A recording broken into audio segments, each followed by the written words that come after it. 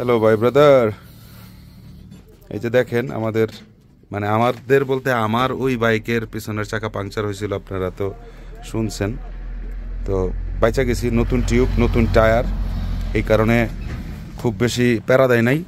কার্গিল যে বর্ডার, কার্গিল বর্ডারের পাশে এইখানে 2 কিলোমিটার আসার পরে এটা এই ইয়াটা পেয়েছি আর কি, সার্ভিস সেন্টারটা। তো এই যে এই দাদা আমাদের मुसलमान भाई ना, ये मुसलमान आमिर खान नाम। आपका नाम क्या है भैया? आप मुसलमान हैं? आमिर खान। ओहो, आमिर खान भाई, ये भाई আমাদের টায়ার ঠিক করে দিচ্ছে। আর এই যে ये है হারামখোর, ये है হারামখোর, আমাদের মানে প্যারা দেওয়ার জন্য এই হারামখোর।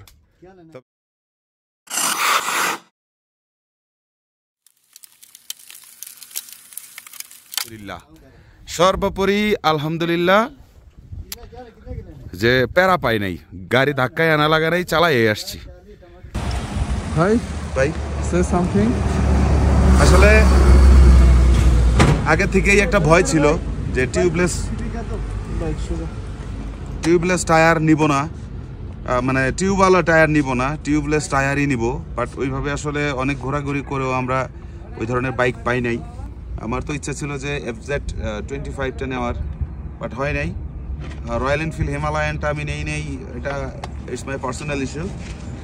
এইটা আমি নিয়েছি এর পেছনে কারণ হলো কি, এটা টায়ারটা একেবারেই নতুন। তো ভয় ছিল যে কার না কার টায়ার পাংচার হয়ে যায়, আমারটাই হয়ে গেছে আলহামদুলিল্লাহ। তবে মজার ব্যাপার হলো, মজার না, এটা হচ্ছে রহমতের ব্যাপার হলো কি, ওকে, রহমতের ব্যাপার হলো কি, মানে এই পাংচার হওয়ার পরে, টিউব পাংচার হওয়ার পরেও 30 কিলোমিটারের বাইকটা চালায় আসছে। বাইকের মেকানিক এই ভাইয়ের আসলে তেমন কোনো অভিজ্ঞতা ছিল না বাইক ঠিকঠাক করার, যার কারণে উনি উল্টাপাল্টাভাবে কাজ করতেছিলেন, চাকাটা লাগাইতে পারতেছিলেন না। আমার একটু বেসিক নলেজ থাকার কারণে আমি বাধ্য হয়ে তার সাথে হাত লাগাই এবং আমরা সবাই মিলে আসলে শেষ পর্যন্ত বাইকের কাজটা সম্পন্ন করি এবং চাকা লাগিয়ে তারপরে হচ্ছে আমরা এখান থেকে রওনা হই। এই একটা জায়গায় আমরা প্রায় 2 ঘন্টারও বেশি সময় আটকে আছি। পেছনের চাকা একটা তার কাটা ঢুকছিল, লিক হয়েছিল 2টা। সে আসলে মূলত এই যে এই ট্রাকের চাকার কাজগুলো করে, তারপরেও তারা রিকোয়েস্ট করে কাজ করালাম। বাইকের কাজ আসলে সে বোঝে না, বাট যেহেতু আমার একটা সার্ভিস সেন্টার আছে, আমি টুকটাক বেসিক কাজগুলো জানি, নিজেই ওর সাথে ধীরে ধীরে কাজগুলো করছি। একটু টাইম লাগছে, বাট করছি। এখন অলমোস্ট 12:40 বাজে, আমরা রওনা হয়ে গেলাম কার্গিলের উদ্দেশ্যে। বিসমিল্লাহির রহমানির রহিম। আসেন সবাই। ও বাইক চালাই এখন কি মজা, চাক্কা বাম্পি উঙা করে না, কিছুই না। হাওয়াও কম ছিল ওই সময়, এই জন্যই ব্রেকটা ঢুকছে। হাওয়াটা চেক করছিলাম একবার, ব্যাককেলের বাচ্চায় কয় যে হাওয়া ঠিক আছে, কিন্তু তখন গাড়ি এত পাতলা ছিল না ভাই, গাড়ি ভারী লাগছিল।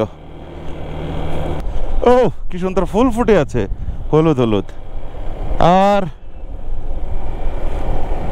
মানে কি বলবো আবহাওয়ার কথা, আশেপাশের ওয়েদারের কথা, একবারে ন্যাড়া পাহাড়, ছোট একটু ঘাস,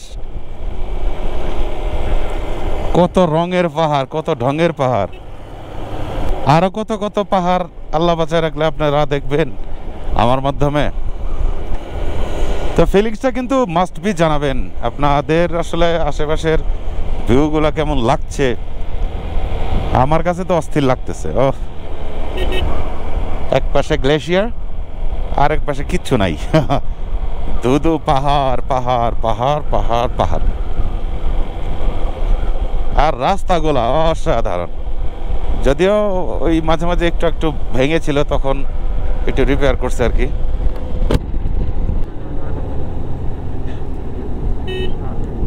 আল্লাহ, কেমনে পাহাড়গুলারে কাটটা নামাই দিছে। কার্গিল এখান থেকে আর কত গেল?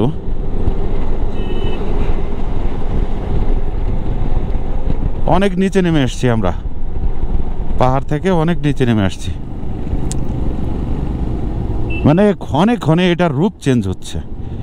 এইটা ইমাজিন লাগতেছে। এই দেখা গেছে নেরা পাহাড়, ধুধু খা খা রোদ, আবার হঠাৎ করে গ্লেশিয়ার চলে আসতেছে। এইখানে আর্মি একটা ক্যাম্প আছে সম্ভবত। দ্রাস হচ্ছে 7 কিলোমিটার্স, কারগিল 64 কিলোমিটার্স। ওকে, হ্যালো বিউটিফুল ফ্রেন্ডস। একটু আগে জানি কি কইলেন? ঘটনা সেটা না, ঘটনা হইলো আমি কইছি যে ভাইয়ের কাছে যে ট্রাইপড আছে কি ব্লগ করবো, প্র্যাকটিস করতেছি। হ্যালো বিউটিফুল, আসতেছে না এখন, আসতেছে।